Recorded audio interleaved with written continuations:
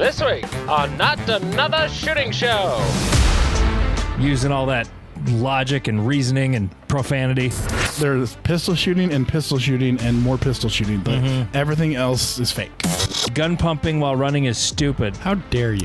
But what about El Prez? Fuck El Prez. Getting that podcast airtime really went to his head, huh? He's Jeff King. I'm Andy Erickson. This is Not Another Shooting Show. I don't have a story. I just have probably one of the most shared Instagram NDs of the week. You saw the rapper kid who yes, with the drum mag Glock. Of course, it has to be. Yep, and in the background, his posse. One had a machete, another one had a pistol of some kind, and this is the audio quality's poor. But here's what it sounded like. Oh wait, let's start that over.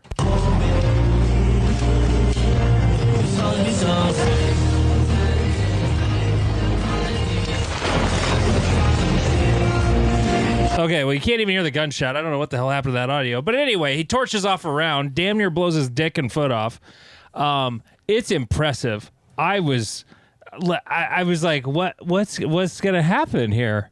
What? He's going to get you killed in the streets is what it looks like. Yeah. Not how I would conceal carry, but, But he actually, loads it, shoves it in his pants. And then draws it immediately. And then draws it and then torches a round off as soon as he gets it out of his waistline. It's awesome. It's so funny. And the best part is he's embarrassed as hell. He picks up the gun, he sets it aside, and then he's like, stop. Like the guy recording or whatever. God, it's funny. So funny. My favorite though is the guy with the machete in the background. Yeah. Is that a thing with street gangs, is machetes? I suppose it could be. I mean, I guess it maybe depends where this is, but yeah, it's an American white kid. I'm pretty sure it's in the States. Yeah, he's just, he brought a knife to a gunfight and he was not aware of it. No, yeah, I guess. Anyway, the title of this episode, I won't know the title of it as we're recording it, but I can tell you this. It's going to have USPSA in the title. You know why, Jeff? Why is that? Because if a USPSA is in the title, it gets downloaded more. Oh. Without fail, if USPSA is in the title, we get more downloads. So even if we don't talk about USPSA, I'm just going to put USPSA in the title, just for the downloads, just That's for the reasonable. clicks. Yeah, it's the clickbait. As far as USPSA shit, well, they're trying to kick Mark Stamper out from the sounds of it, for conduct unbecoming, whatever. It's looking more and more like, as long as I haven't heard diddly from anybody in the org, but looking at the agenda for the board of directors meeting it'll be 2 days ago when this drops, but it's tomorrow when we're recording it. They're going to do the Area 3 Director 7.7 formal legal opinion presentation and review. And then they're going to go through a bylaw. There's going to be, I guess, a proposed bylaw to repeal the parts of the bylaws that say if you get removed from office, you're ineligible to ever run again. And we take away your birthday. So they're going to remove that. They're not gonna, it's gonna be brought up. This is Ben Barry's thing. Yeah. And how the vote's gonna go, I have no idea. It takes, I think, was it 2/3 for a bylaw change? Probably. I think. And that's if, then you gotta have the fun question of 2/3 of what? Is the 2/3 of 8. Okay. And it wouldn't change the number. It would actually, if I were actually seated or Scott were seated, it would actually require an extra vote to pass. Oh, interesting. So, yeah, just the way the math worked out with the number of resigned and temporarily filled board slots. So right. So it's interesting to me to have massive bylaw changes with randomly appointed people. And yeah. I get Ben Barry's mission and I get the idea, all that, but I don't know, the Ken Cobb hasn't worked out, and apparently Yemen doesn't like Scott or something, or Derek's lying, or I don't know. Like I'll be 100% honest with you. At this point, like my club will be running Hit Factor matches other than our all classifier for the foreseeable future, because it does all the things we want. This drama just it's boring at this point. Like it's an annoyance that gets in the way of what we're trying to do. Because if they actually cared, they would have seated you, or they would have seated Scott, or like Area 3 would have already been handled. But now we are almost into May. Our first major match of the season is less than a month away, and we don't have an area director. We don't have any like information on like when our area match is going to be, like who's technically in charge of that, whatever. Like it's just a shit show. Well, it's boring at this point. As far as Area 3 goes, like I mean, regardless of who the Area 3 director is, whether it's me or Scott or somebody else, I'll freely admit at this point, it could be somebody else. You never know. And coming from the top ropes. Yeah. But the planning for the Area 3 match has started, and I am almost I'm involved only in that I've been involved in like group discussions over Facebook Messenger with those who are actually doing the stuff, like Scott and Aaron, Yeah. And I haven't had anything to do with any of it other than I've been kept in the loop in case I'm the Area 3 director. So that's pretty much it. Yep. So, I mean, that match is going to happen. And here's the thing, too. I mean, if they end up nominating someone else, deciding, you know what, that Andy Erickson, he says fuck on a podcast too much. We can't have him representing Area 3 using all that logic and reasoning and profanity. Correct. We got to find someone else to do that. So, and that could happen too. At this point, nothing would surprise me. And if that does, then, maybe there is a District 3 match. Yeah. I mean, and like this is, and speaking to a larger point, like with all this BS going on, like IPSC Nationals happened. Couldn't care less. Like, I couldn't, I think Christian probably won it, and then Nils probably won some division, and I think... I didn't even hear who won anything, honestly. Yeah, I think Hetherington. Yeah, he won. Hetherington won Production Optics. I did hear that. Right, and other than that, like, none of the other divisions matter, but like... Yay, IPSC Nationals happened, and none of the Rio Salado guys technically won, but there was some drama over how many open awards were given out or something. I don't know. Like, it's just boring at this point. Yeah. I'm stuck in how sometimes when you try to find a score on Practice Score and you don't have a chance in hell of finding it? Yes, this goes back to ways Practice Score can be improved. Yeah.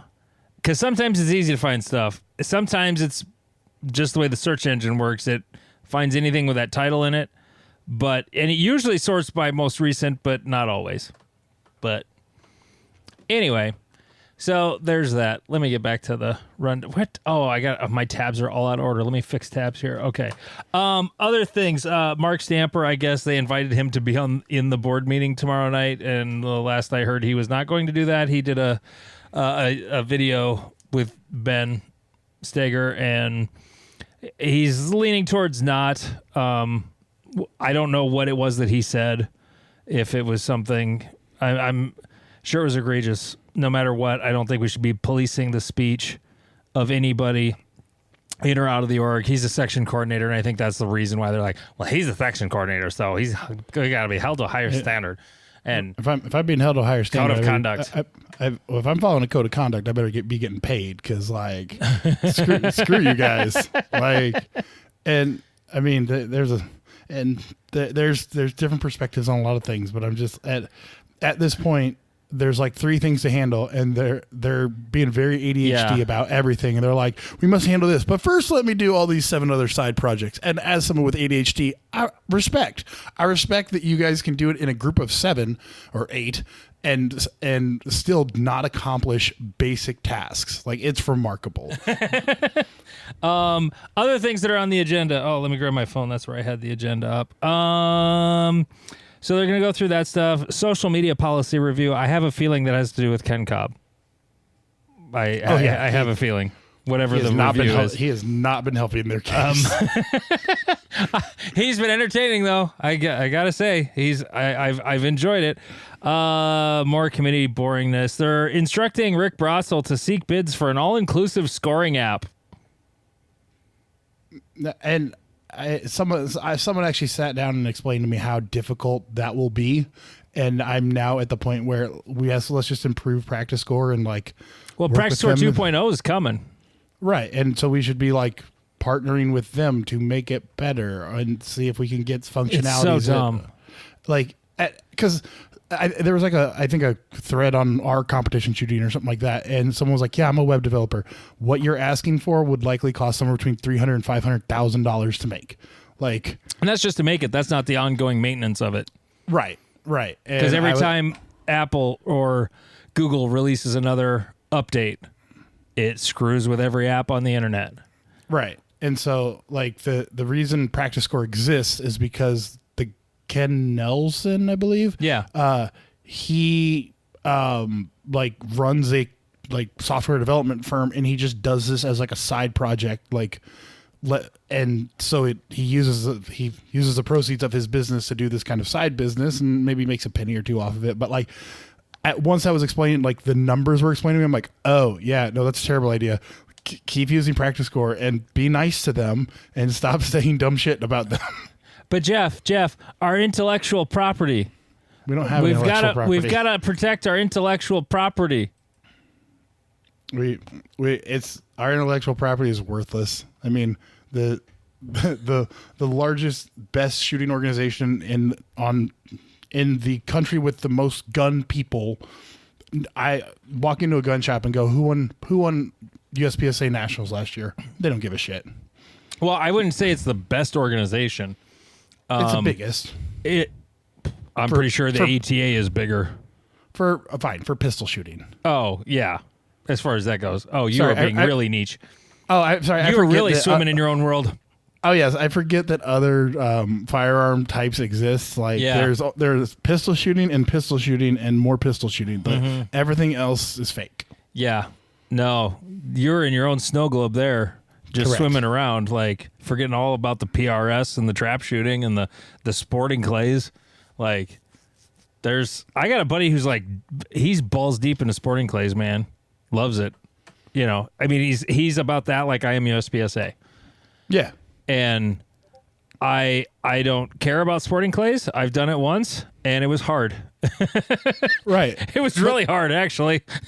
But you did prove to me one night that it was like, what, 3 million active members or something in that? Yeah, that was in trap shooting, ATA. Trap shooting, sorry. Well, that's kind of one of those, like, is sporting clays and trap shooting the same thing? No, they're not. They're adjacent, though. It's sort of like IDPA and USPSA.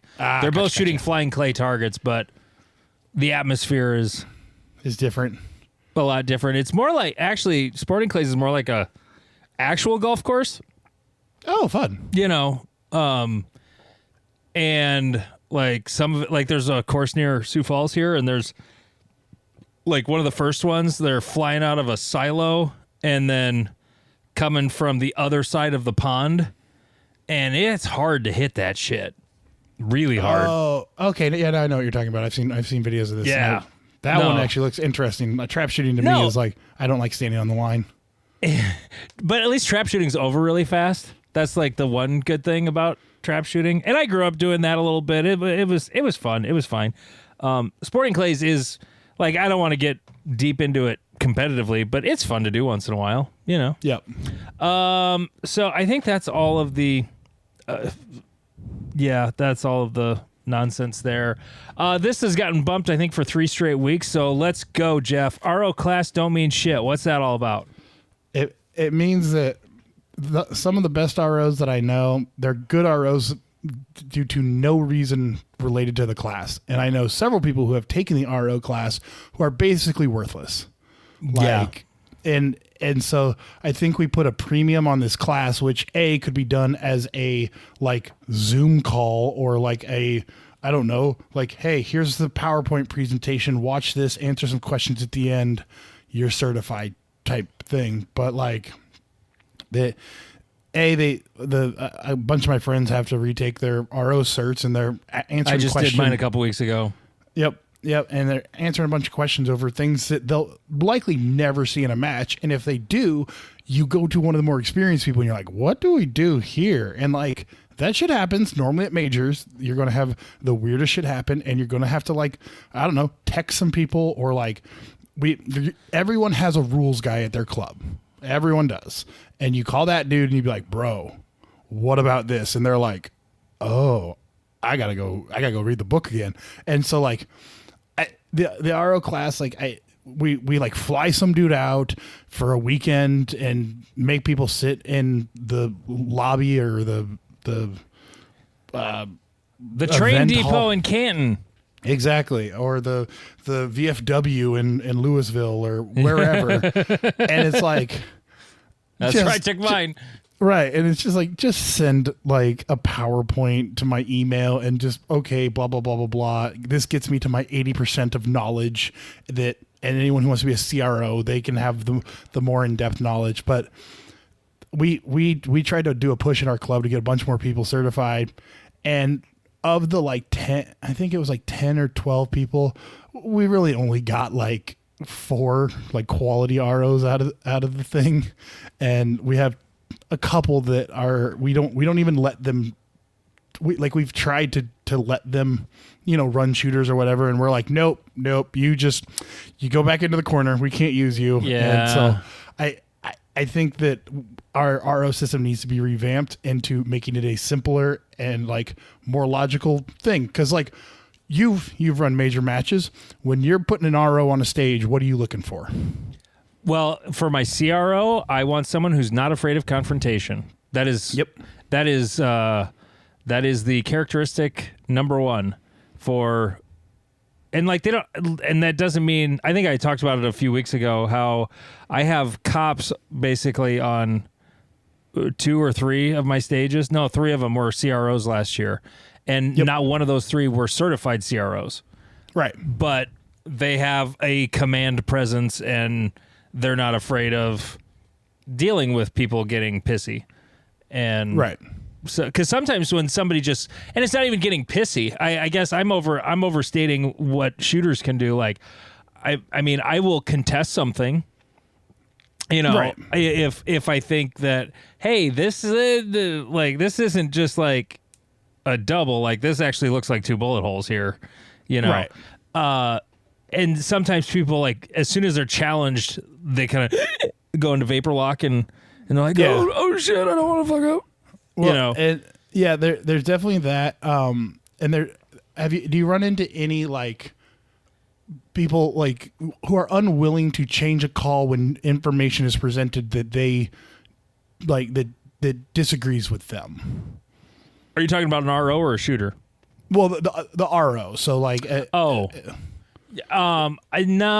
haven't. I mean, there's not really anybody that's on staff for our match that has ever that I know of. Anyway, I mean, yeah. No, I just thought this also became an interesting conversation because Stager posted a video about a conversation about the Super Squad and how they can be a little intense towards ROs, and I just thought it was an interesting, like, okay. I didn't see that one. Yep.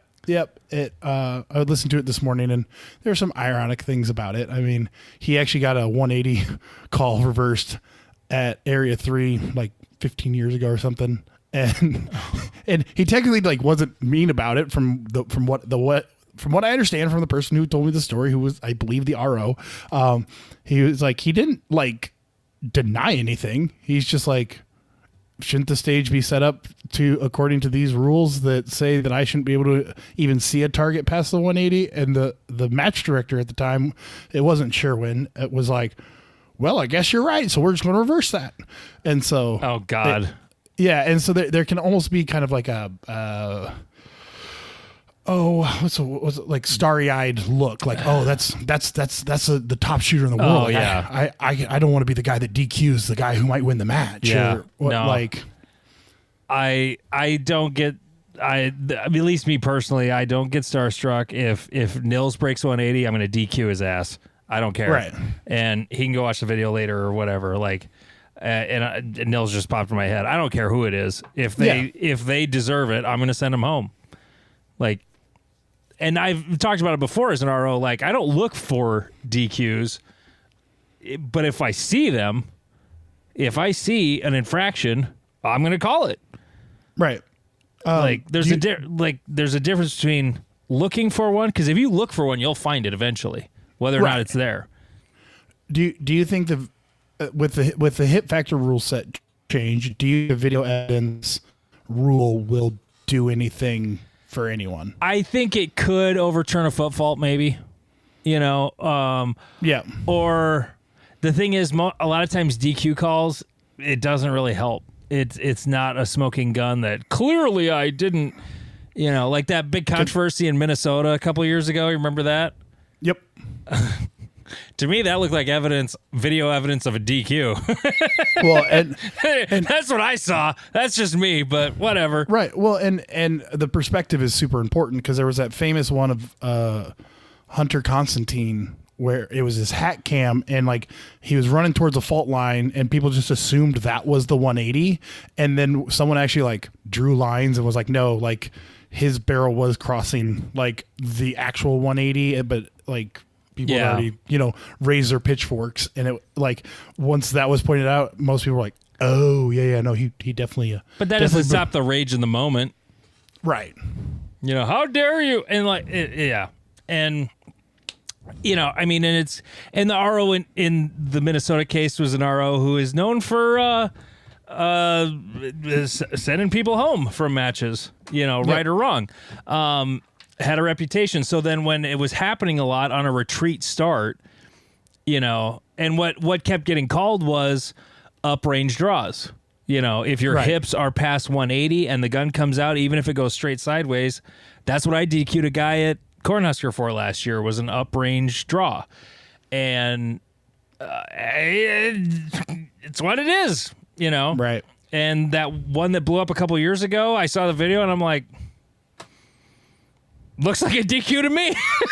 Right. I don't know what everybody's pissed about.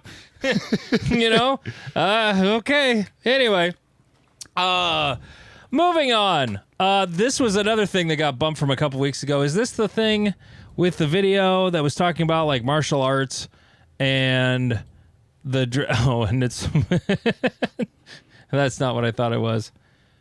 Let's skip it because I don't know. I can't remember what it is. Do you remember what that is? Over focus on the drills. Well, the over focusing on the drill, I meant it definitely as like the idea that people have a tendency to like open up Stager's drill book and be like, hey, I can do a bill drill in X amount of seconds. I can do El Pres and blah, blah, blah. And then it's like, they're like, I should be shooting at this level. And then they go shoot a match and they don't shoot at that level. And it's this like over focus on the, I call it kind of an over focus on the technicalities of something instead of like the art of, or the act of what you're doing. So like, using the martial arts idea, it'd be like someone sitting there perfecting their jab, and they've got the perfect jab, that most perfect it could ever be, but they never actually learned how to like, spar. And they're like, but I have the perfect jab. But like you said, if I made a perfect jab, that I would be great. And I just find that people spend so much time focusing on the drill and not focusing on like the activity that they're doing, that they lose the nuances of the activity. Yeah. I think there's a time and a place for it. You and Steven were talking about how I remember last week Steven said something like, I hate drills. I don't do drills. I set up like mini stages and work on the things. And I totally agree in live fire. In dry fire, I do a lot of drills. I maybe don't do them to the letter of the book. I get ideas from the books, but for the most part, to me, the books are to get you to where you don't need the books anymore. Right. They're to give you the idea. Like, once you hit a certain level and you understand what the drills are teaching, and I still, when I played football, we still hit the blocking sled. In college, we would hit the heavy bag, which is a very different heavy bag than boxing, but it's similar. It's a lot fatter, and it's two guys on either side, and it's basically a pass blocking drill. Right. And there's a time and a place for drills, but to make all of your practice nothing but drills is not the way to go about it, for sure. So I just see it. It's a way to create what we call paper GMs and paper M's, and people who've got good at taking the tests, but not good at the application to outside of the tested skills, when maybe the tested skills aren't the optimal for what you need. And I think you will disagree with me on this. I still, of all the drills there are, like when I'm live firing, I will almost do doubles every single live fire practice. I think doubles are overhyped. I do. Oh, I agree with you. They're overhyped, but I do them every single practice because that's the thing I like about that drill is when and I don't do a ton of it. I might do 100 rounds tops.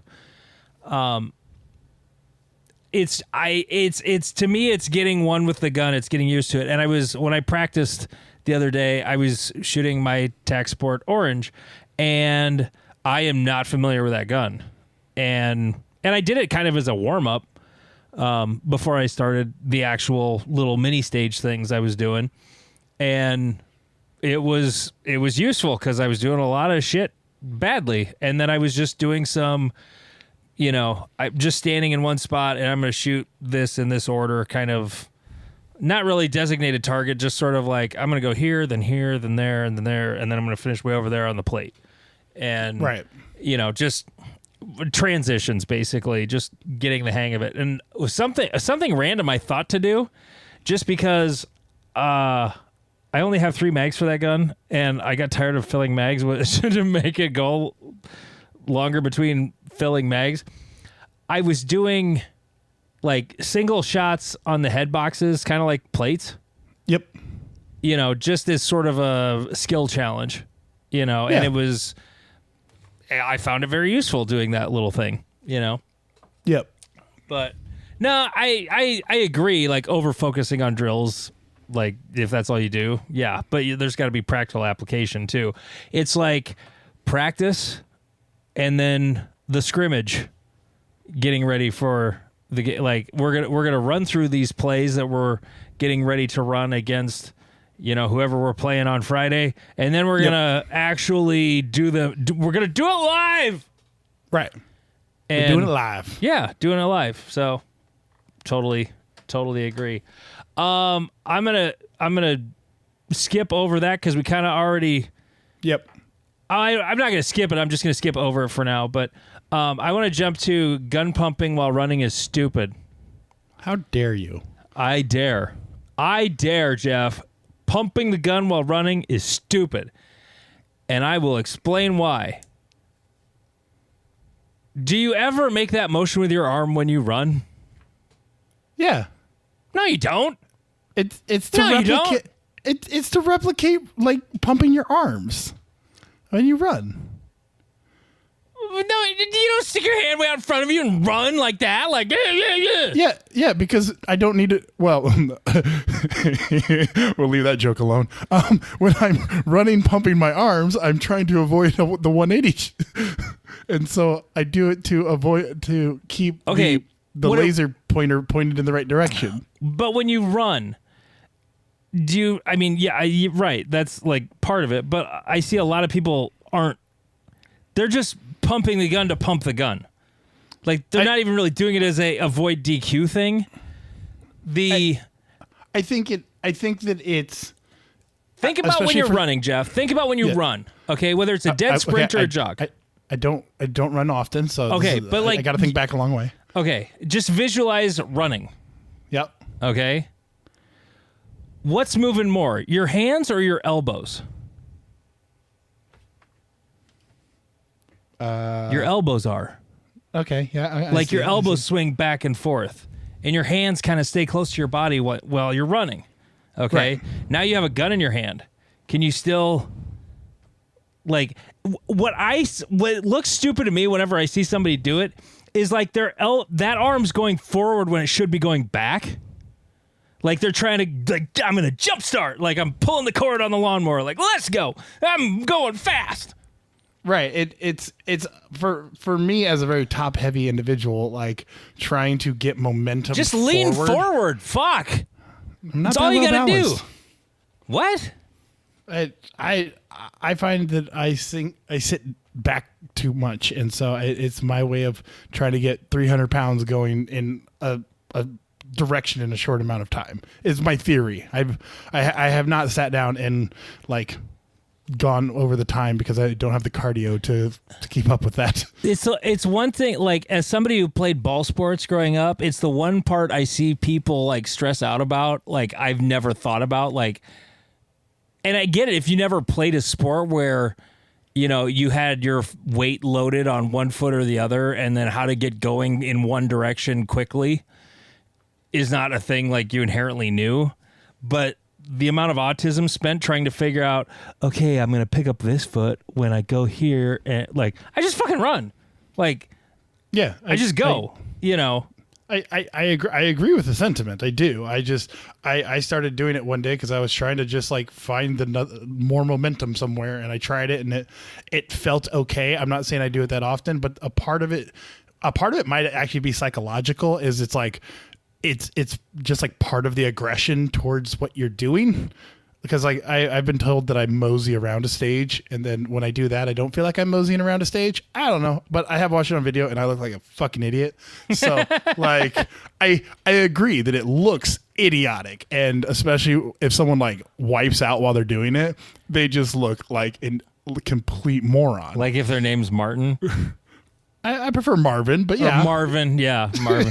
This all I'm going to be honest. Marvin, this all came up because I saw your video from your stage today, your match, and Marvin ate shit on the beep.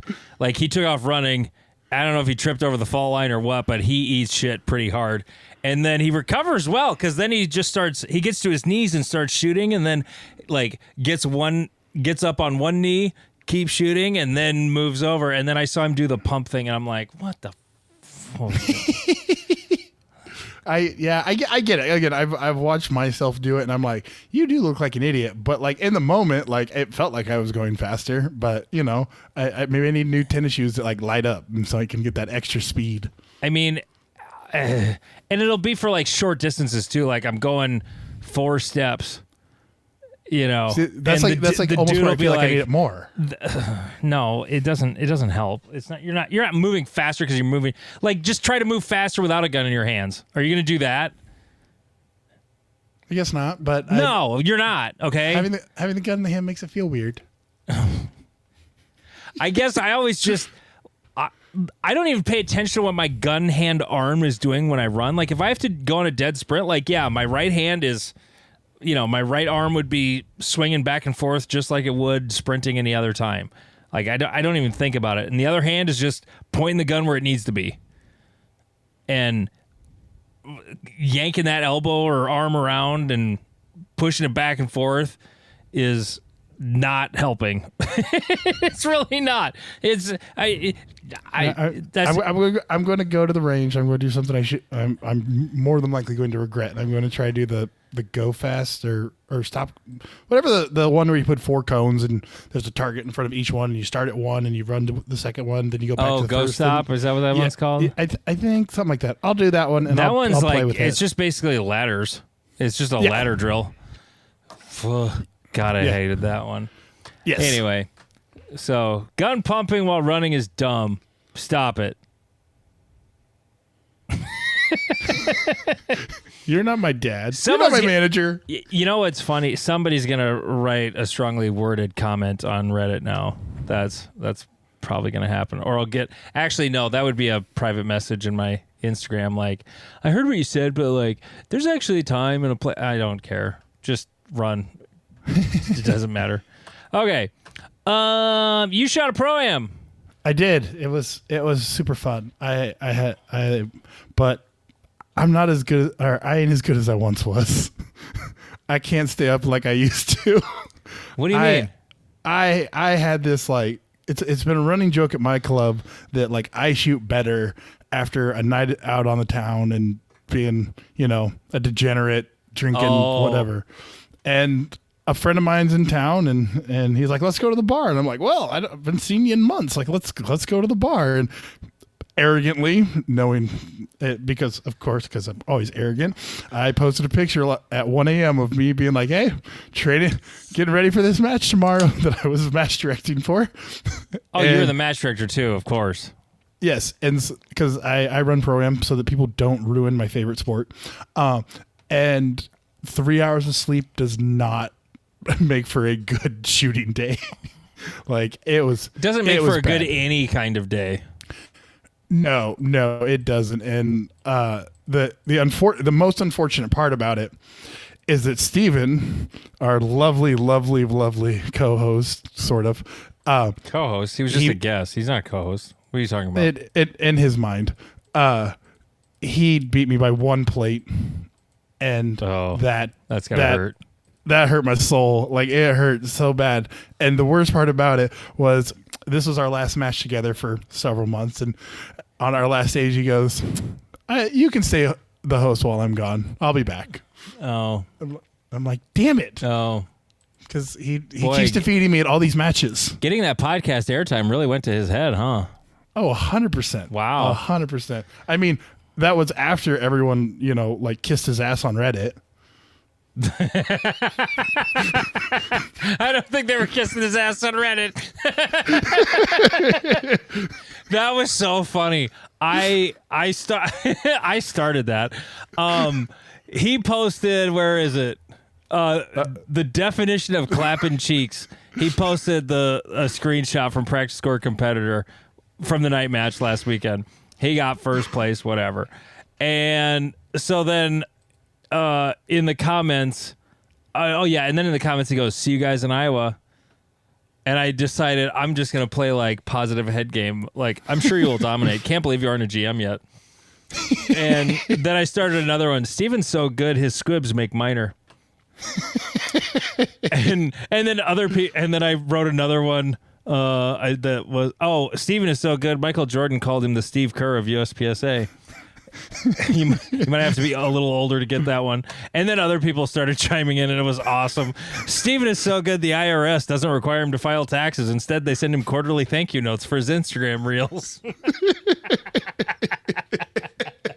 Steven is so good, he tells the RO to make ready.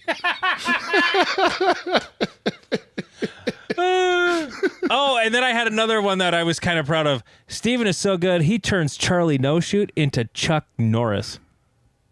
Oh, God. It takes a second to get it. Well played. Well played. Anyway, that was fun while it lasted. But the Reddit is going good. I'm so glad people are going there and participating. It's fun. And we also get show stuff, content. We'll get to the Reddit here in a little bit. Were you done with the Pro-Am? Yes. Okay. Sounds good. I practiced on Friday for the first dedicated outdoor practice of the year. And I was... knee was feeling good. That's until good. It was over.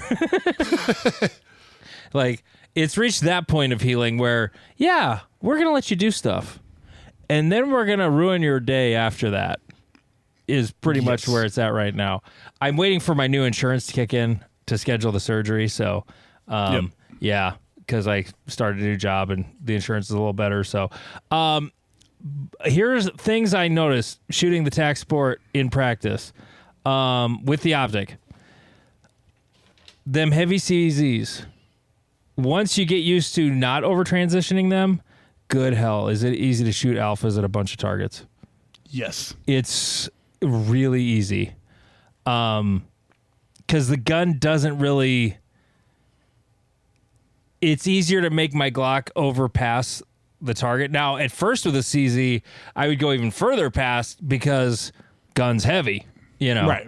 Takes more stopping power to stop it on the target, And so once I kind of got the feel for that, as I was shooting stuff, I had like a 3 target array, and I didn't even have a vision barrier up. I just had 3 targets in the existing stands, and then one of the plates that's always up on the bay was like my 4th target, and I would run between a couple of shotgun shell holes and then just change up the orders. And I had 1 target that had a no shoot up to the bottom of the A and just the, A zone above that.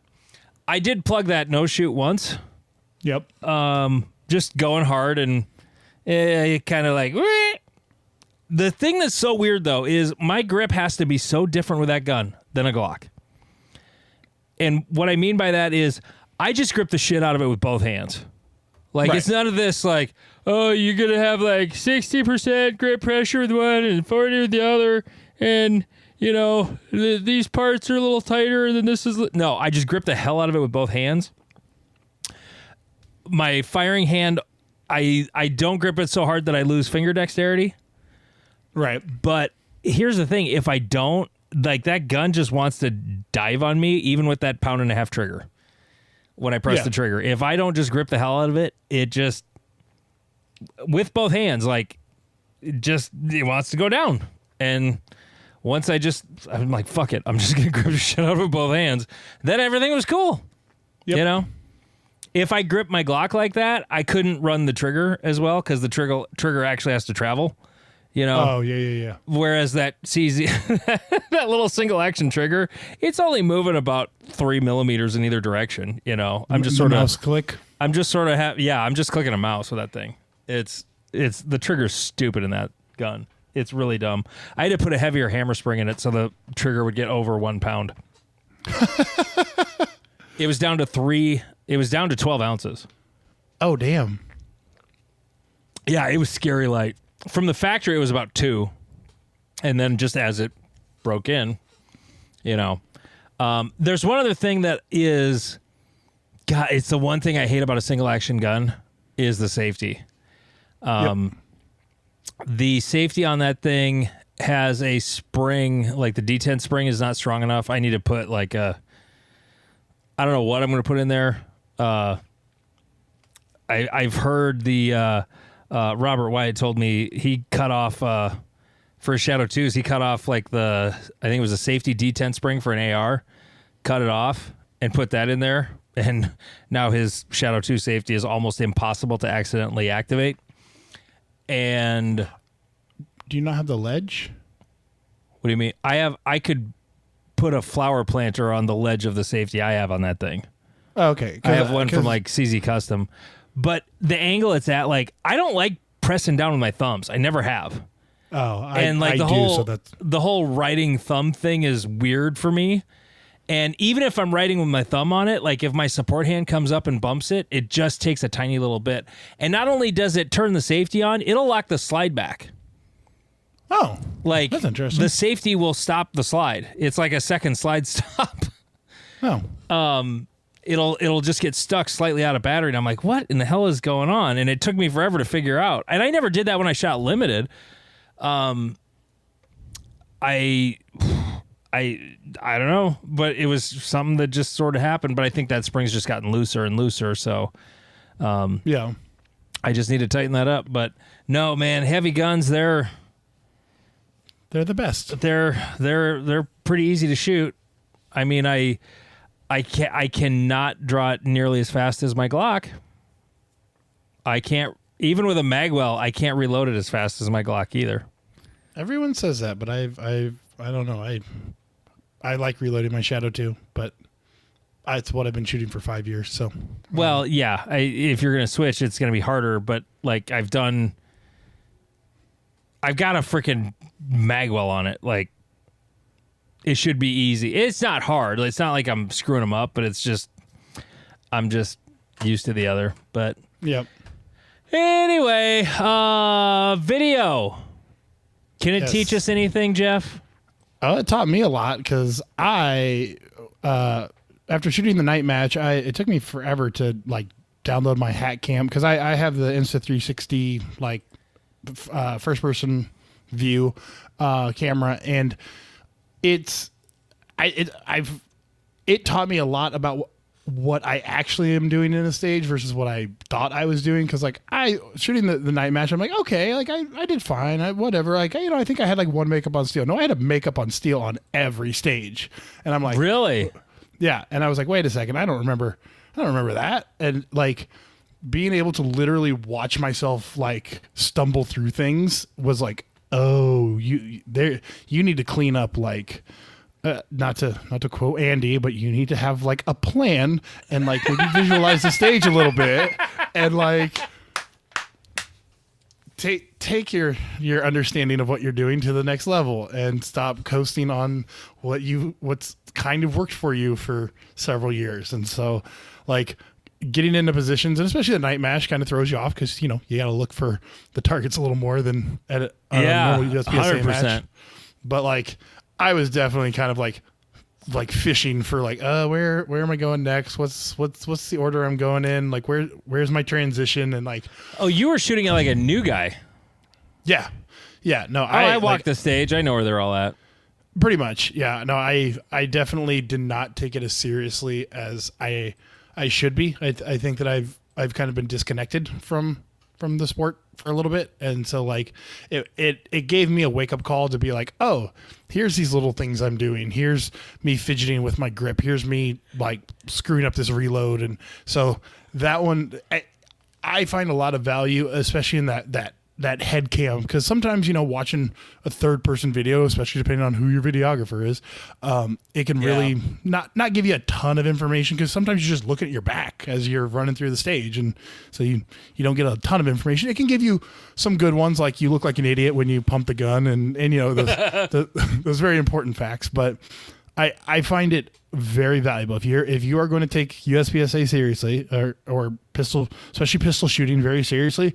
You need to have the first person camera, because it will show you the little nuances that you're playing. Also, special shout out to my buddy Nick for letting me use his Insta360 camera holder, because I left my hat at home that has it glued to it. So today for my match, I was able to get my videos for the day, and it's kind of one of those, if I go to a match and I don't video it, it feels wasted.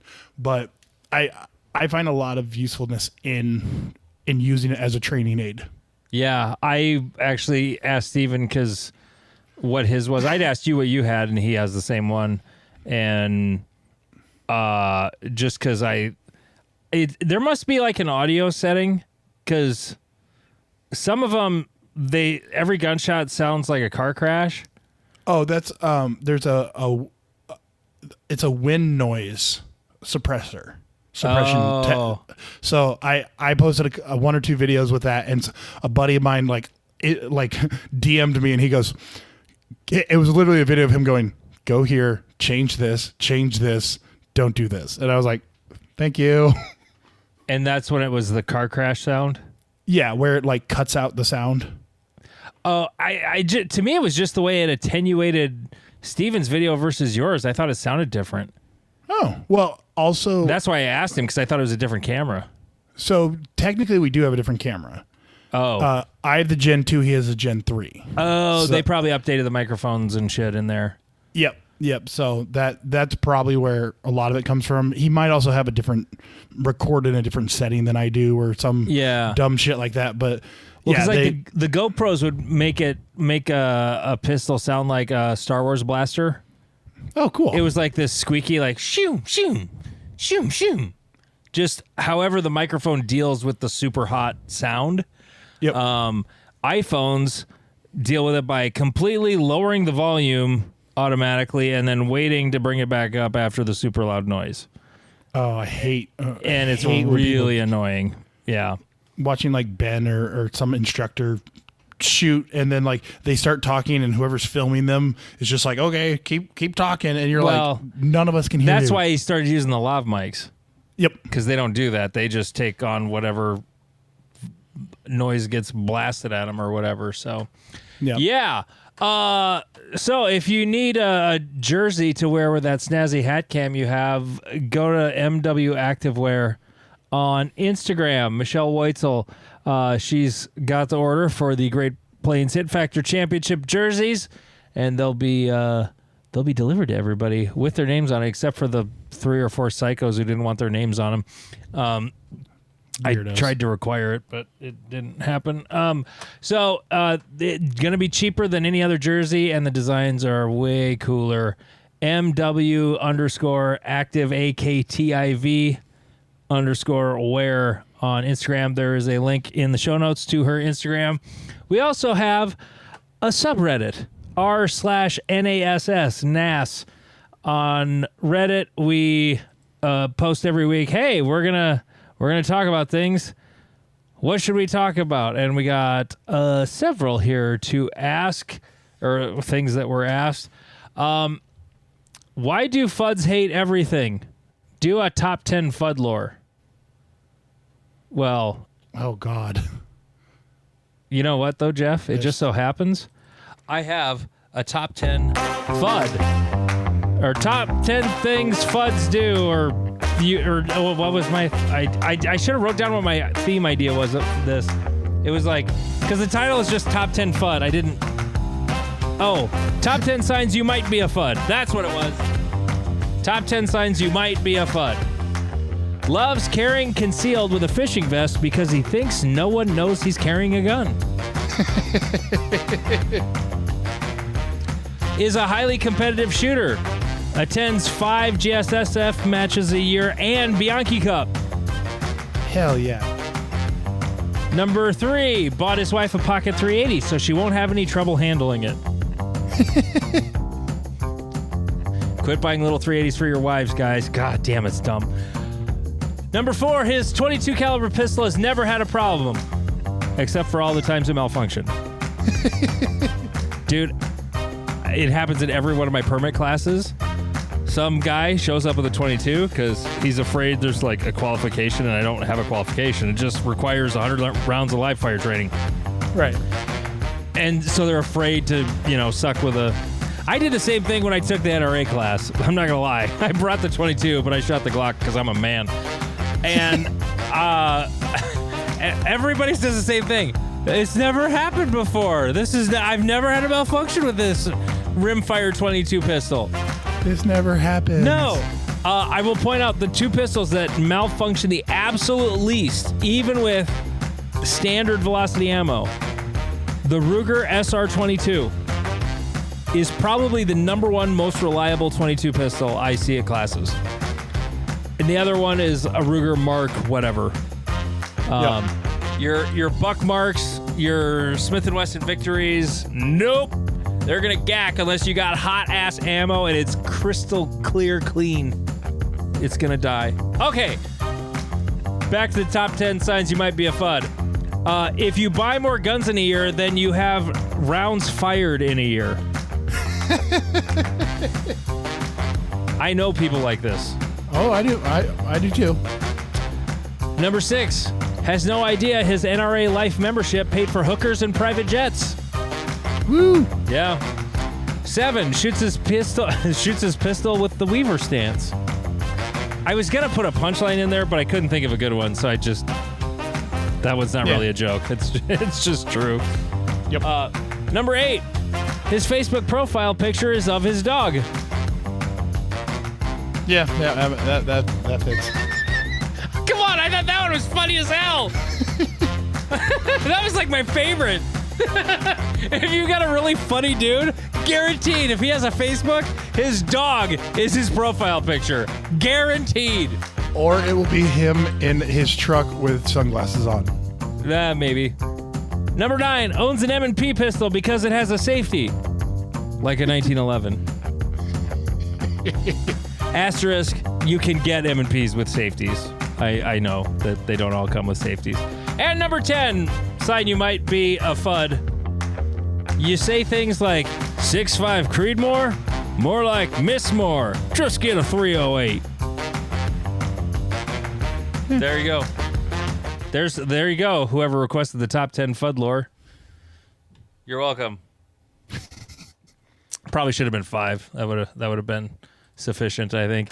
What is the ideal USPSA division lineup?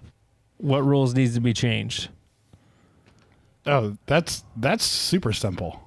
Like, I have open, a super carry optics, limited, but with remove 40. It must be 40 to make major. Done. Well, I was just gonna say, open, slide right optics, and iron sights. Yes, That's it. It's kind of the same thing as you, but like open is open. You know, we still have some restrictions, sort of limited optic, whatever kind of thing, and then limited with iron sights. Yep. And outside of that, fill the mags, do whatever. I don't give a shit. But yeah, that would be it. We only need 3 divisions. There's a lot of extra nonsense. As far as how could the current USPSA divisions actually be done? I've changed my mind about the whole ever since the night match, and I discovered 15 round CO isn't really that different. I kind of liked my buddy Robert Wyatt's idea of make carry optics an actual carry division, like weight limit, box, or size of gun, sort of thing. It definitely could be a, like, you could literally do it as polymer versus metal, but like a weight limit makes it easy. Make that weight limit like 28 ounces with an optic or something like that, and boom. For actual carry guns, right, for like the Glock 19 and smaller. Well, I mean, I'd even open it up to like Glock 17, but yeah, it's like make it reasonable size carry guns or duty guns that people actually carry, not dumb things like people like me carry, like Shadow 2s and stuff like that. And lobbing for a 17 because there's not a chance in hell you can fit your hand on a 19. Yes. Well, a 19 100%. is like a 26 to you. Correct. Yeah. Another one. Just getting into stage designing. Would be interested in your process to design. Do you start with a goal of skills to be tested or an idea of the stage itself and work specific skill into the design as you go? My process is I start drawing shit and it either turns into something or I throw it away. That's pretty much it. I'm less formal about it than even him. I start with like what my walls are going to look like, and then half the time that wall configuration is stolen from another match and then put on the ground poorly, and then I add targets after that. A few tips that I will give you is start positions don't normally make a stage more interesting. Doing dumb shit for a start position just pisses people off. Like don't 5 unloaded starts. Hey, the stages are out for Great Plains. Did you see I only have 1 unloaded start this year? Yep, there was a question of how many will it get copy and pasted to some of the other ones. No, that's why you use Practice Sim Designer. It doesn't happen then. The one thing someone mentioned was it says you mentioned the penalty about or that if you leave the stage or leave the fault line, you have to come in from the same place. You put the sentence or it's a penalty because right now it just says you have to do it. Oh, but it yeah. But so well, I mean, if you don't comply with the stage brief, isn't that an inferred? Correct. It should specifically state the penalty, though. Yeah. But, who said that? Where? I missed that. Tom Ingle. We were having lunch and we were talking about Great Plains and what coming up and discussing hit factor rules, and he had mentioned he's not a complete fan of a fan of that rule set, and he mentioned, oh, by the way, like the one stage it is on, it doesn't actually say it's a penalty, it just says you have to do this with no like Well, I'm going to make it a fucking penalty, Tom. So there you go. He's not going to listen to this. Yeah. But we're going to add 50 seconds to your stage time. That'll be the No, I'm kidding. But so your start positions, don't obsess over them. Don't do dumb things. Like make the gun loaded and maybe a table start every once in a while. And just don't, because sometimes people are like, okay, so you got, one hand on your left butt cheek and the other hand on top of your head, and your mags are in the front of the bay and your gun's in the back of the bay, and it's a 6-round course of fire, but you must have 3 magazines on your belt to complete. And you're like, this is not interesting or fun. No, but doing it like once in a while, like I haven't stuffed mags in a while. Right. I think the last time I did it was Minnesota section in 2020. I do it like once every couple months. Well, I just haven't run into it. And the unloaded start is like totally unloaded. It's like you're sitting in a chair, gun on table, all mags on table. But I didn't add in the dumb like all mags must come from the table, which Yep. It's like an annoying problem to have to solve when it's like that. But you can stuff your mag. So if you want to just stuff one mag, if you got enough bullets, go for it. If you're going to have 2, go for it. If you're going to bring 3, go for it, Right. Well, and another part to stage design that I focus on is this reasonable for my general audience? Some people disagree with me on this, but like one of my best friends, she is my go by. So when someone's like, "Hey, is this okay?" I go, "Could my friend Michelle shoot this safely and reasonably?"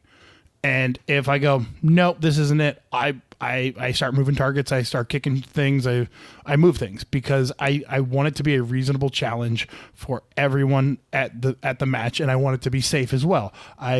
Sometimes you'll be like, dude, this is gonna be the coolest thing ever, and then when you lay it on the ground, you're like, this is a DQ trap. Everything about this. I ran into this with one of my stage builders at my last Hit Factor matches. They had a stomp box like 10 feet in front of the port that basically like you had to retreat like 10 feet and then come around this wall to like engage the swinger. And I was like, someone is going to turn and run back up that 10 feet. And like, and they were like, oh no, well that's a DQ. Like they're going home. And I'm like, we have to be accommodating to new people. It's a level 1, people sign up. We don't know them. Like we have to, but so accommodating like the group you're with. If you're with a bunch of GMs and like they're the only 10 people that showed up, make it as hard as you want. Like I don't care. Yeah. But a bunch of tactical dudes like, hey, can we like wear armor during this? Cool. Make it armored stage. I don't care. But I don't worry about skills tested. I don't worry about like any I don't have a goal for a stage. My goal's fun. Like what I have fun shooting. Yeah. That's my goal. Like I may on occasion I'll have an idea for a target or an array or a presentation of a mover, something like that. For instance, on our 100-yard rifle range, the stage is literally called the one with the 50-yard popper. Guess what? There's going to be a 50-yard popper on that stage. It's really satisfying when you shoot it. And it's so much fun. And I've heard people bitch about like the long poppers at Area 3. Those only sucked because they would be painted the same color as the berm. And the last time they did it, it was like mini poppers at 45 yards. That was kind of I only missed twice. But it's fun to shoot a popper at 50 yards. It's like artillery. It's like bang, ting. It's like shooting a rifle at 300 yards. You got to wait for the bullet to get there to know if you hit it or not, So it's fun. I don't mind it. And like the 50-yard stage, Bruce and I went back and forth a bunch on this one. It was truly, I actually added him to the stage buy because it was such a collaboration. That's one thing that's so cool with this software, the Practice Sim Designer. If you've got a computer that can run it, it's on Steam and it's free and it's pretty awesome. It's a very, very cool tool. So, as far as like I said, I'll have ideas for a target or a target array or a certain type of movement I want people to do. There was a stage that people. It was actually a stage at. I think it was actually the last Great Plains at Omaha, and it was a little speed shoot on Bay 7 in the double stage. Yep. Where it was just like a long wall down the middle, and you had to start downrange.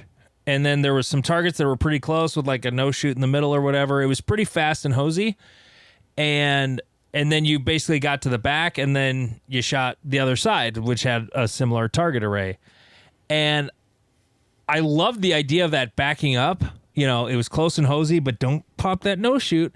I took that, but I thought it would be fun to add in the need to move, and so I put an 8-foot wall, so you had to move to the other side to get at the other targets instead of just like you backed up, you got there, you leaned over, and you shot the others. Yep. You know, which that's not a huge change, but it made for a really interesting stage, and I got a lot of comments on like that. That was, and then and then the stage after that was a 50-yard popper. So so after you're like hosing your brains out on a couple of speed shoots, then it's like, all right, we're shooting. Incoming. You know, it was just sort of this accidental dichotomy of stages. Tanfo Timmy's got a stage on it, although he designed it for a much bigger bay than we have, so I had to sort of amend it for that. But he did a stage for it it's pretty cool. Yeah. Oh, now I'm starting to go through the stages instead of just answering the question. Right. But Right. I think everybody has their own process as far as that goes. Well, and what I'll end that part with is steal other people's ideas. Yeah, Like, there's no original ideas. I mean, maybe there's an occasional original idea, but I mean, concepts, idea, like borrow from everybody. You know, it's fine, and even just rip off stages for if you're just doing club matches and you're tired and you don't have time.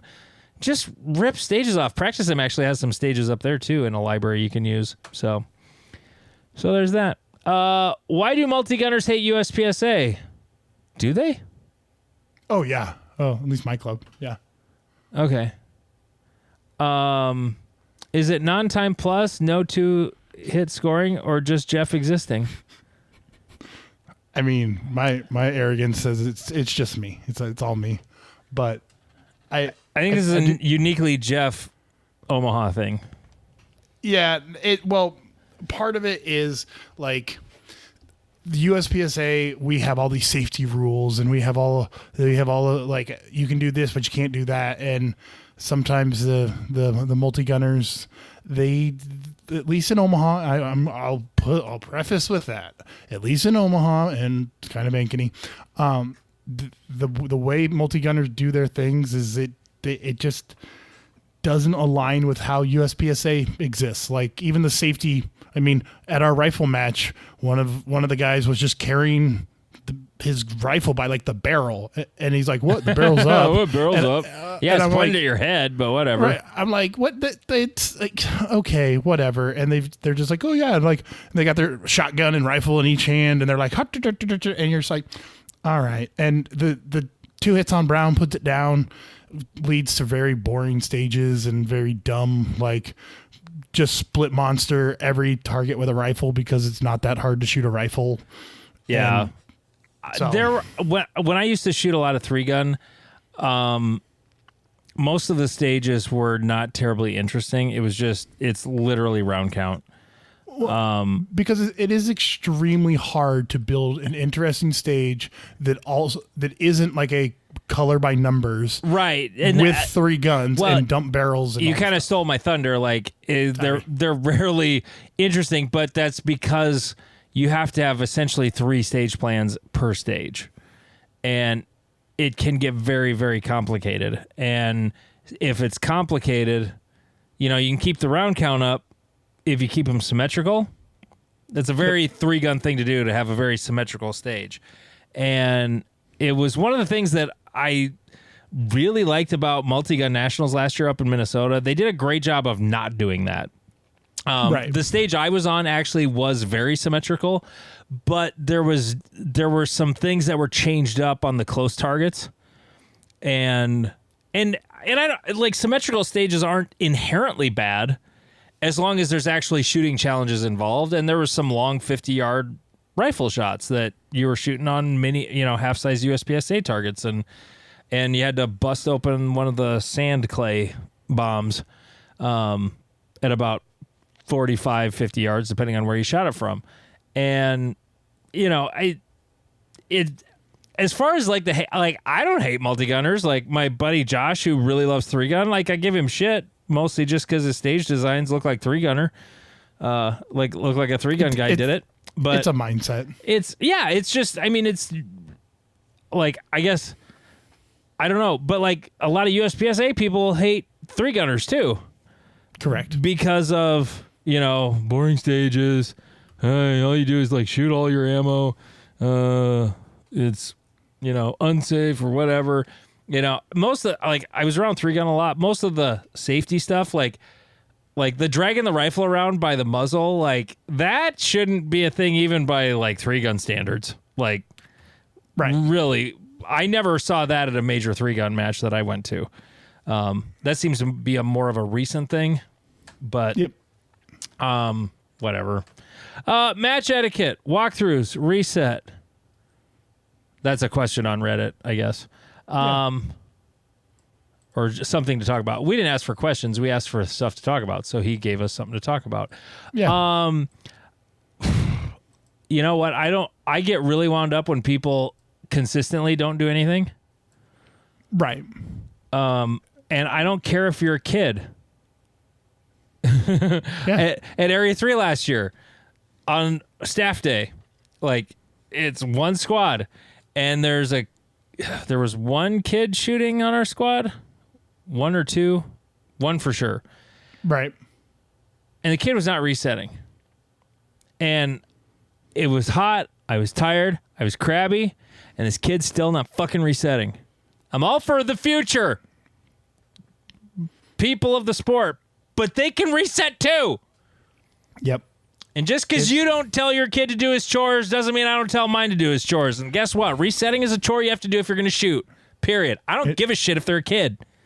And it can sometimes be annoying being like you're amongst your friends or whatever, but being the RO, sometimes you have to go, guys, we need to be resetting. Like, and basically talk to grown adults with guns on their hips like they're children and be like, hey, like, guys, we need, like, this only progresses if we reset it. So like, let's, especially if like something doesn't get pasted, like it's good. Have a zone where you're like, hey, I'm going to check every target in this zone, and you need like 2 people per zone in case one of them is shooting or whatever. And like, you gotta kind of seek work out. But like, good match etiquette is show if it's a local club to you, you need to be there an hour early and go to check in and say, hey, what can I do?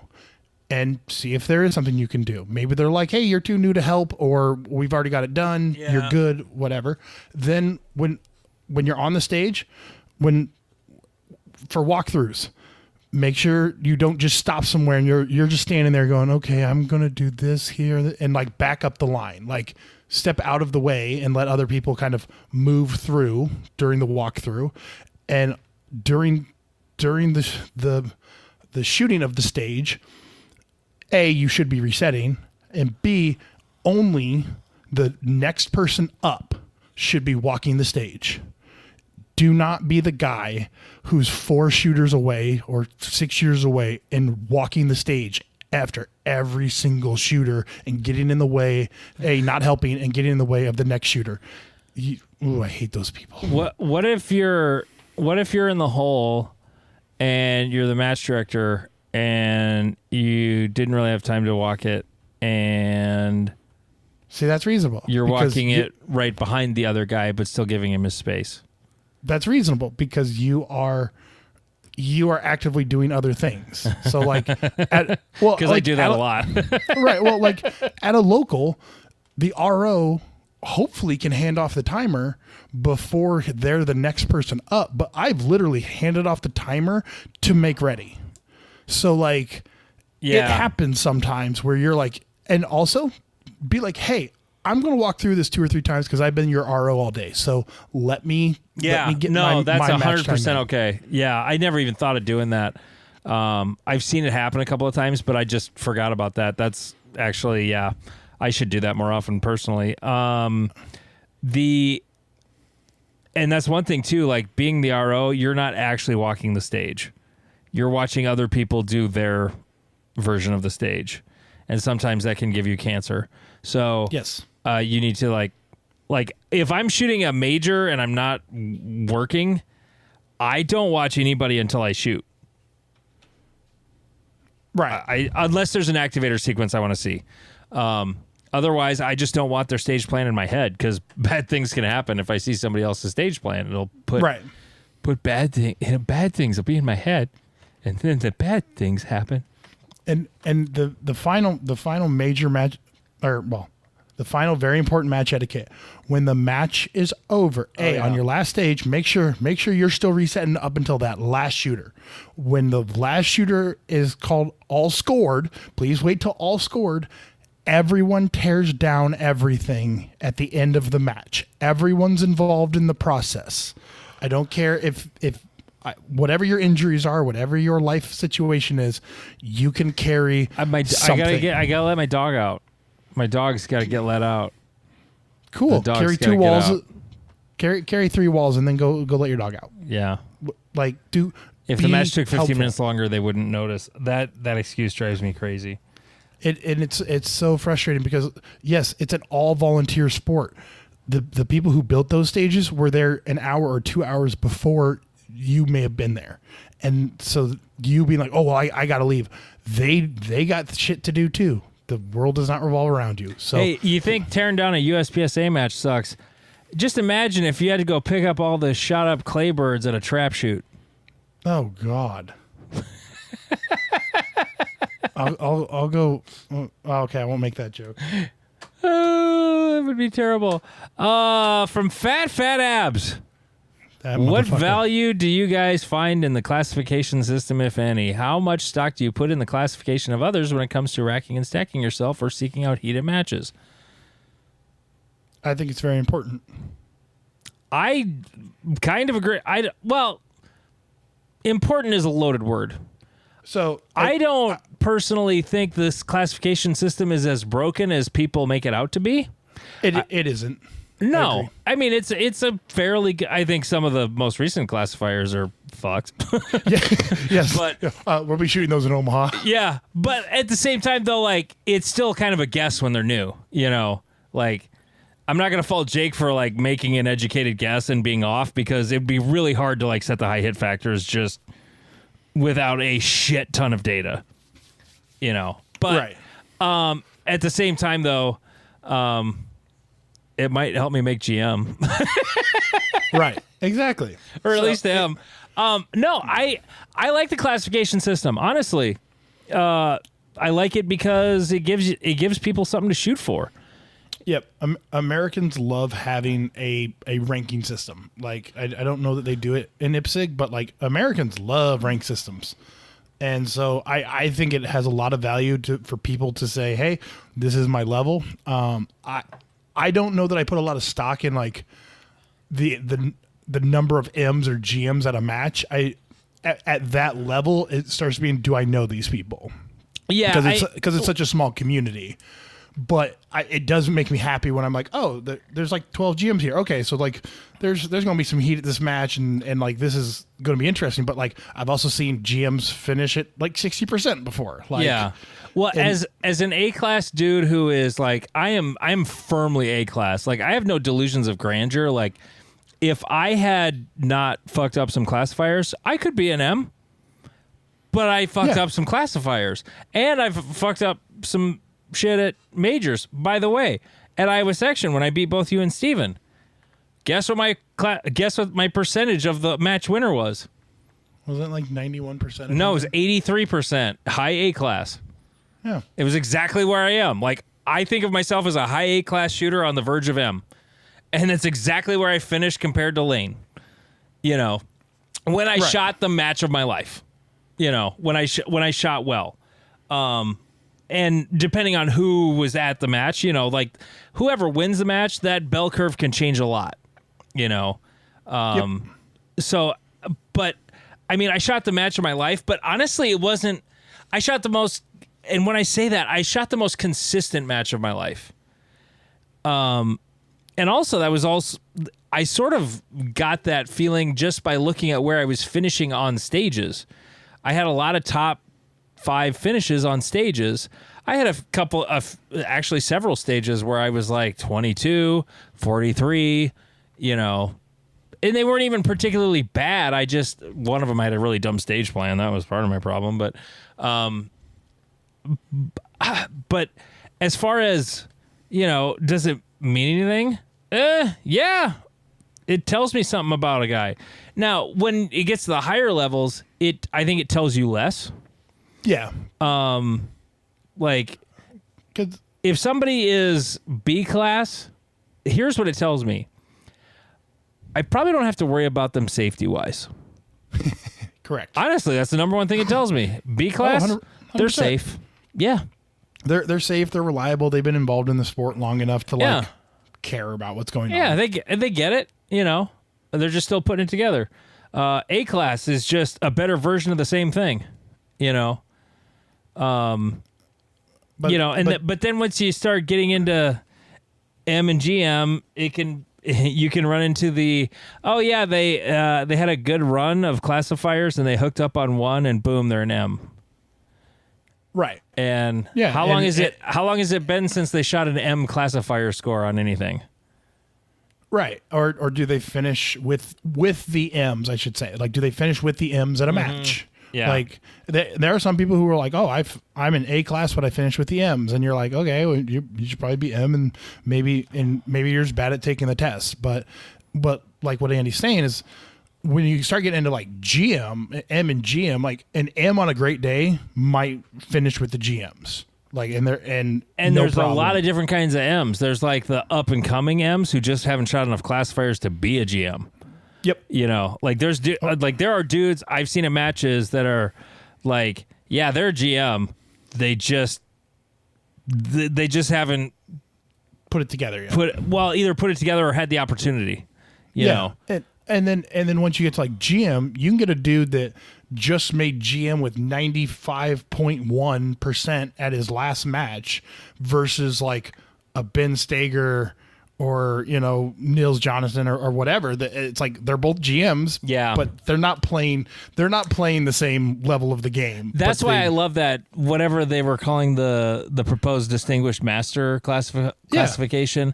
You know, if you've won a nationals in that class and you're a GM, then that I've actually thought that would be a great idea. Is like I called it S class for like super squad or whatever, but yeah, it's like we can name all the people that go into S class, and but there's a lot of super squatters that never won a nationals. Right. Well, I'd even put it like if you've won a competitive area or if you won nationals, that like your S class, and that way when you show up to a match, if people don't know who you are for some reason, like they can base themselves like Lane. He's a great example of someone who's like when Lane shows up, you're shooting against a full real GM versus like some guy who's like, oh, I found 5 good classifiers and I shot them really well and now I'm a GM. Right. But then even then if someone like say Stager shows up, it messes it up completely. Yeah. Yes. Now it's now this is a new thing. Right. But I also haven't seen Stager versus Lane. Well, it's been a hot minute. It's been a few years. So, yeah. So who knows? Like True. maybe they got a little closer. But I would imagine it's a closer fight now for sure than it was 4 or 5 years ago. So I think there's value in the classification. Like I think there's value in a classification system. I'll let me be very clear about this. Like the USPSA classification system only is effective because it's got such a large data pool. And like it's established and it's like everyone kind of understands how to do it. But like it's it can be replicated tomorrow. Like the Jay Mars on Instagram, the revolver shooter, he's doing like a classification postal match where he found like 4 good classifiers or whatever, and he's going to use the like real shooting of those at matches to like build a ranking system out of it that is different to like, okay, this is where you actually line up. It's fluctuating. It doesn't mean you get to stay in the top 5 forever. It means you're only as good as your last however many stages. Right. And so, and he does have an active, like after every major, he updates like people's scores. I checked it a while ago. I haven't checked it recently, but, and like, so a classification system I think is important. I think the USPSA one gets a little more shit than it actually deserves in its modern context. Agree. I think what they should do is basically remove everything from like 2016 and back, and every year come out with like 3 new classifiers, and then in like 5 years you start removing the ones on the back end, and like you're just constantly like putting new challenges in and getting rid of old data points that aren't valid anymore. But what about El Prez? Fuck El Prez. Yeah, fuck El Prez. Do you have any pre-match rituals, and do they affect your performance? Jeff, go. I go to Casey's and I get 2 pieces of breakfast pizza, and that's about it. When I go, not my own match, I can't talk about my own match because it's usually just a mad scramble to get there and like start setting up and whatever. When I go to matches I'm not running, like if I go to the Sioux Falls Practical Shooters Club, which they had a match today, and I could have gone. I just didn't because I didn't know about it. I looked last night, and the first match that showed up was my match on Wednesday. I don't know why, but I could have shot a match today. If I go there, I like to stop at Flyboy Donuts and get a Long John, white cream, chocolate Long John. They're so good. Kinky. Yeah, they fill them good, fill them really good. So you can tell we are advanced, like yes, spiritual or ritual people. No, I mean, again, I shoot with Lane and high level GMs, and yeah, they do have rituals where like Lane must show up X amount of time before a major, and he's got a stretching routine. He's got like a stage watching routine, and like, and he believes it affects his match performance, and he's at a level where I'm not going to question him about it, but I mean, I don't have a ritual. I mean, like when I was a kickboxer, when I was doing competitive kickboxing, like I had a warm up routine. Like I did have a like, hey, this is how we're getting in our mindset. But like with shooting, A, I'm matched F so often that it doesn't really matter, and B, like I don't know, I show up, I'm chilling with my boys, and I'm just hanging out. I'm not very ritualistic. The way I kind of read it was not so much like, to me, that's just like normal preparation. I guess if I have time, when I go to a match, like, yeah, a major, I'm going to get there in plenty of time to walk the stages, or the day before, walk them, whatever, blah, blah, blah. I kind of read it though, like my first read of this was, are you superstitious? And I used to be, as a baseball, softball player back in the day, I was so superstitious. Or when I played football. Did you not wash your undershirt? No, I washed them, but I was okay.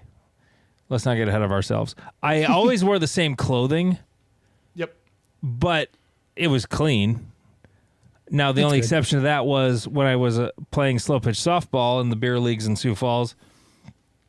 I wore 2 wristbands on my left forearm, and that was on my glove hand for like if I had to dive for something and I didn't want to tear up my elbow, mostly. But it was also for sweat. But if I hit a home run, then I had to wash my wristbands. Oh, okay. I didn't hit a ton of home runs, but I hit a few. And if I hit one, then it was like, oh, okay, we've run out of all the good vibes are used. We got to clean this off, and then it's okay again. Like, I did all kinds of crazy shit like that when I played that. This sport, it's straight up, you either got it or you don't, period.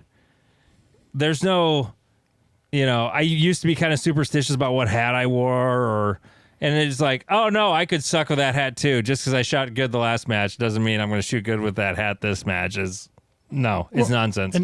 And there are people, like, the make ready is where you see, maybe not pre-match, but pre-stage ritual. Like, one guy at my club, he will, like, air gun a stage 3 times before, like, as he's during his make ready process, he air guns it like 3 times. And some, like, there was a steel challenge guy whose make ready, so they have a rule that your make ready cannot be longer than a minute. His make ready is 58 seconds long on every stage.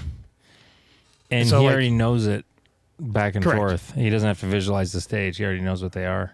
I mean, but it's the tism and the ritualistic side. Like, there are people that are like, okay, like Lane, you are not allowed to talk to him 3 people before he shoots. Like, I tried to talk to him at an all class fire match after he was already a 3 division GM, and he shushed me, like, because he takes his stages seriously. Apparently doesn't feel that way about other people shooting, because he and Tanfo Timmy at Cornhusker one year were right behind me as I was about to reshoot a stage, just jabbering like a couple of 12-year-old girls, and I'm literally making ready, and they're 3 feet behind me, and I didn't say anything, but in hindsight, I wish I had. I was already so pissed off because of the reshoot, though. It didn't. My head was already fucking gone because I had just crushed the stage, and a dude from my club pasted a target. Ah, that's the worst. And it was a mandatory reshoot, and it just completely, But don't stand right behind the shooter who's making ready and talk either.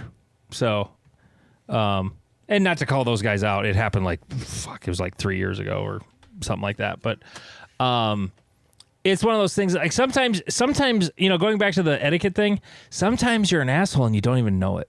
Like, completely unintentional. Like, I've been jabbering away, talking to people and not resetting. It happens. You just lose track of time, and then I always feel like a shit when I realize I haven't been doing it. But, it happens.